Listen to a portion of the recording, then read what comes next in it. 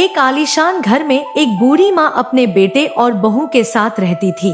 वह बूढ़ी माँ भगवान हनुमान जी की सच्ची भक्त थी। वह हर दिन नियम से हनुमान जी की पूजा पाठ करती थी और उनका नाम जपती थी। लेकिन उनकी बहू को यह सब बिल्कुल पसंद नहीं था। जब जब वह बूढ़ी माँ पूजा करने बैठती, बहू गुस्से में आकर उनके ऊपर पानी फेंक देती। बूढ़ी माँ कुछ नहीं कहती, बस शांत स्वर में इतना ही बोलती, बेटी जैसा करोगे वैसा ही भरोगे।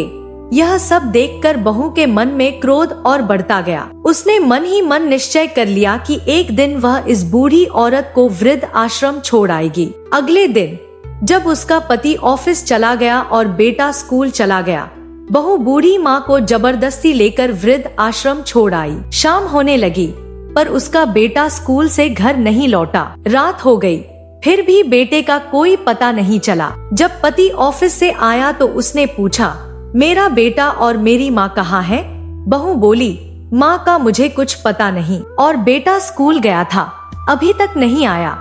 यह सुनकर घर में कोहराम मच गया। बहू फूट फूट कर रोने लगी। उसे अपनी गलती का एहसास होने लगा। वह दौड़ती हुई मंदिर पहुंची और भगवान हनुमान जी के चरणों में गिरकर रोने लगी। हे बजरंग बली, मेरे बेटे को सुरक्षित रखिए और उसे मेरे घर वापस ले आइए।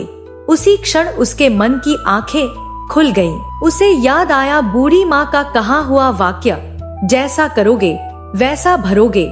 वह तुरंत वृद्ध आश्रम गई और अपनी बूढ़ी माँ को वहाँ से वापस ले आई। कुछ ही देर बाद उसका बेटा भी घर लौट आया। बाद में पता चला कि वह रास्ते में एक गड्ढे में गिर गया था, लेकिन भगवान हनुमान जी ने स्वयं उसकी रक्षा की और उसे सुरक्षित घर पहुंचा दिया। उस दिन बहू को समझ आ गया कि जो व्यक्ति बुजुर्गों का अपमान करता है वह कभी सुखी नहीं रह